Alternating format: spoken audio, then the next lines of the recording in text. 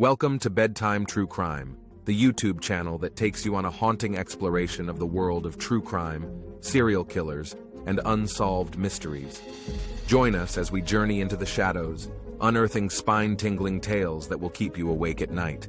Don't forget to subscribe and hit the notification bell to never miss another thrilling episode. Now get comfortable, turn off the lights, and prepare to be captivated by the sinister side of human nature as we delve into today's bone-chilling story. On a warm summer evening in Paris, 1981, the vibrant atmosphere and rich culture of the City of Lights hid a sinister secret. Behind closed doors at 10 Rue Erlanger, a young Japanese man named Issei Sagawa was preparing for an act so horrifying that it would forever change the lives of those involved and shock the world to its core. Born prematurely in Kobe, Japan, Issei Sagawa suffered from various health issues throughout his childhood. These struggles left him feeling weak and inferior compared to others around him. As he entered adolescence, these feelings intensified into darker desires. Fantasies about consuming human flesh began to consume his thoughts. Little did anyone know that these twisted fantasies were slowly turning into reality. In this chilling tale filled with twists and turns that defy comprehension, we will delve deep into the psyche of Issei Sagawa, known as the Celebrity Cannibal, and uncover how his disturbing obsession led him on a journey across continents before culminating in one fateful night in Paris. We'll hear first-hand accounts from witnesses who encountered Sagawa during his time abroad and examine evidence collected by authorities as they piece together the shocking truth about what happened inside apartment number 10, Rue Erlanger. As shadows crept through narrow streets lined with charming cafes and boutiques, no one could have imagined the unspeakable horror lurking within those walls. A series of events were set in motion that would ultimately lead to one of history's most notorious crimes, leaving everyone questioning the very nature of humanity itself. What dark secrets lay hidden behind Sagawa's seemingly unassuming exterior? How could someone commit such unthinkable acts? And more importantly, why? Stay tuned until the end when we reveal a surprising twist involving Issei Sagawa's fate after committing this gruesome crime, an outcome that may leave you questioning whether justice has truly been served. On a fateful summer evening in Paris, Issei Sagawa had invited Renée Hartevelt, an intelligent and beautiful Dutch woman studying literature at the Sorbonne University, to his small apartment. She was completely unaware that she would soon become the victim of her seemingly harmless friend's twisted desires. Sagawa had meticulously planned every detail leading up to this moment, even going so far as to purchase a rifle under false pretenses for what he believed was an essential part of fulfilling his dark fantasies. As they sat together in the dimly lit room filled with tension, Renée began reading poetry aloud at Sagawa's request. Her melodic voice echoed through the cramped space while outside, the bustling streets of Paris continued undisturbed. As Renée's enchanting words filled the air, Sagawa felt overwhelmed by an insatiable hunger, one that could only be satisfied through unthinkable means. His heart pounded against his chest as he carefully retrieved the hidden rifle from its hiding place beneath a pile of books. In that instant, time seemed to stand still. All sounds faded away except for the deafening echo of gunfire reverberating throughout the apartment. The bullet struck Renée without warning, her lifeless body collapsing onto the floor before him. The gruesome scene that unfolded next is almost too horrifying to describe. With both excitement and repulsion coursing through him, Sagawa proceeded to act upon his cannibalistic urges without hesitation or remorse. He consumed parts of Renée's body, while documenting each step with chilling precision using photographs and notes, evidence later found scattered among everyday items like kitchen utensils and clothing within his apartment. Outside 10 Rue Erlanger, passers-by went about their daily routines entirely oblivious to the unspeakable horror taking place just beyond those walls. The scent of freshly baked bread wafted through narrow streets, lined with charming cafes and boutiques, a stark contrast against the nightmarish reality unfolding inside Sagawa's apartment. Little did they know that the life of a vibrant, talented young woman was brutally cut short by an act of unimaginable violence, just inches away from their unsuspecting lives. As the nightmarish scene unfolded within apartment 10 Rue Erlanger, Issei Sagawa meticulously dissected Renée's lifeless body. With surgical precision, he removed her organs and carefully placed them in separate bags, storing some in his refrigerator as trophies to be consumed later. Each bite he took filled him with a perverse satisfaction. He believed that by consuming her strength and beauty, he could overcome the void of inadequacy that had plagued him throughout his entire life. For 2 days, Sagawa reveled in his depravity, feasting on Renée's remains while time seemed to stand still around him. However, reality soon intruded upon his twisted fantasy. He needed to dispose of what was left before anyone discovered the gruesome secret hidden within those walls. Frantically searching for a solution, Sagawa purchased suitcases from a nearby store and began the macabre task of stuffing Renée's dismembered limbs into their confines. The woman who had once captivated him with her intelligence and grace now lay cold and mutilated, reduced to mere pieces of flesh contained within luggage. Sweat pouring down his face and heart pounding against his chest like a ticking bomb, Sagawa dragged the heavy suitcases through Parisian streets towards Bois de Boulogne Park, an idyllic oasis frequented by locals and tourists alike. As dusk fell over the cityscape, shadows lengthened beneath towering trees, while unsuspecting visitors strolled along picturesque pathways just meters away from where Sagawa prepared to dispose of René Hardevelt's remains. As if guided by fate or sheer coincidence, 2 French taxi drivers stumbled upon this chilling sight. A small Japanese man struggling with large suitcases near the edge of a pond within Bois de Boulogne. Their suspicions aroused, they decided to investigate further only to uncover something far more horrifying than anything they could have imagined. The ghastly contents of the suitcase revealed themselves like a scene from a horror film. Human limbs, pale and bloodied, stared back at them with an eerie silence. Shocked beyond belief, they immediately contacted authorities who arrived on the scene shortly after, marking the beginning of an investigation that would send shockwaves throughout Paris and beyond. The chilling discovery in Bois de Boulogne sent tremors of fear and disbelief throughout Paris. Determined to unveil the identities of both the victim and her murderer, authorities swiftly initiated an investigation that would unravel a tale more twisted than anyone could have imagined. As forensic experts meticulously examined René Hardevelt's remains, they uncovered several key pieces of evidence leading them back to Issei Sagawa. Among these were fingerprints on the suitcases and a haunting photograph taken by Sagawa himself, one that captured his perverse fascination with René even before her tragic end. Meanwhile, at 10 Rue Erlanger, neighbors reported sinister smells wafting from apartment number 6. The stench was suffocating. It seeped through walls and infiltrated every corner of the building like an ominous reminder of the horrors hidden within just days prior. With each passing hour, investigators drew closer to unveiling this dark truth, as they pieced together fragments of information gathered from witnesses who had encountered Sagawa during his time in Paris. They unearthed unsettling details about his peculiar behavior, how he often stared intently at female students or followed them around campus without explanation.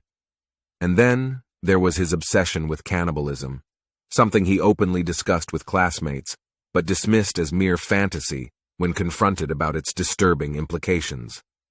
The puzzle began to take shape, guiding investigators towards Sagawa's doorstep, armed with enough evidence for arrest. As they entered his apartment, they found themselves plunged into a nightmarish world straight out of a horror film. Bloodstains smeared across floors and walls, while remnants of human flesh lay scattered amongst everyday items like books and kitchen utensils, all bathed in eerie shadows cast by flickering lights. Issei Sagawa offered no resistance as officers handcuffed him and led him away from the hellish scene he had orchestrated inside 10 Rue Erlanger.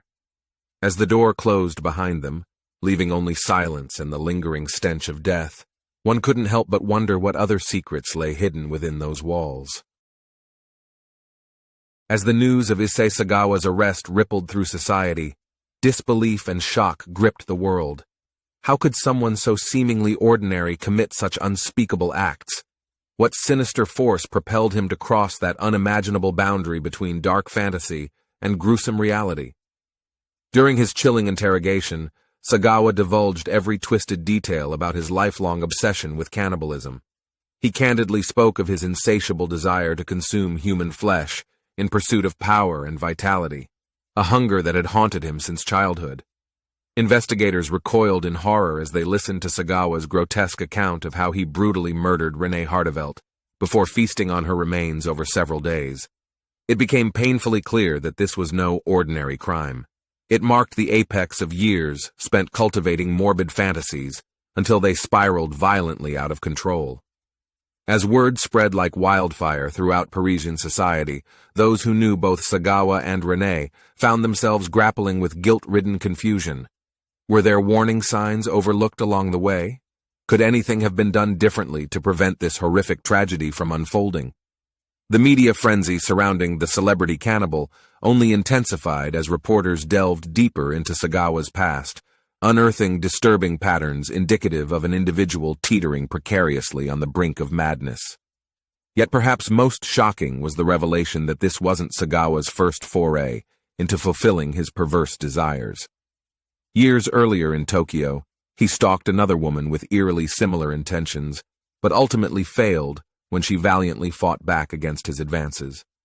Meanwhile, authorities painstakingly continued building their case against Issei Sagawa, while one looming question cast a shadow over everything else.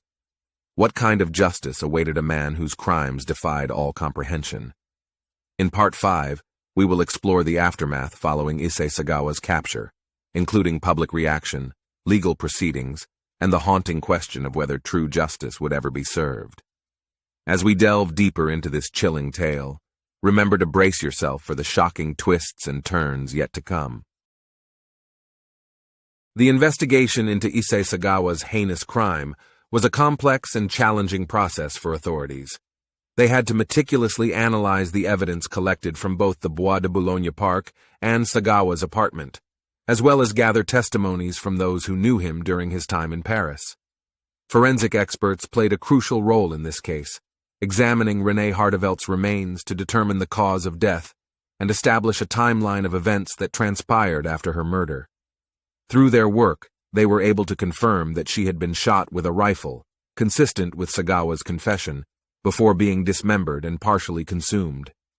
Additionally, investigators found traces of blood throughout Sagawa's apartment, which matched Renee's DNA profile. This irrefutable evidence further corroborated his chilling account of what happened inside 10 Rue Erlanger on that fateful night. As part of their inquiry, police also interviewed numerous individuals who had interacted with Sagawa during his time at Sorbonne University. Many reported unsettling encounters or conversations where he openly discussed cannibalistic fantasies, but dismissed them as mere curiosity when confronted about their disturbing nature. One groundbreaking aspect of this case involved the use of psychological profiling techniques to better understand Sagawa's motivations behind his gruesome actions.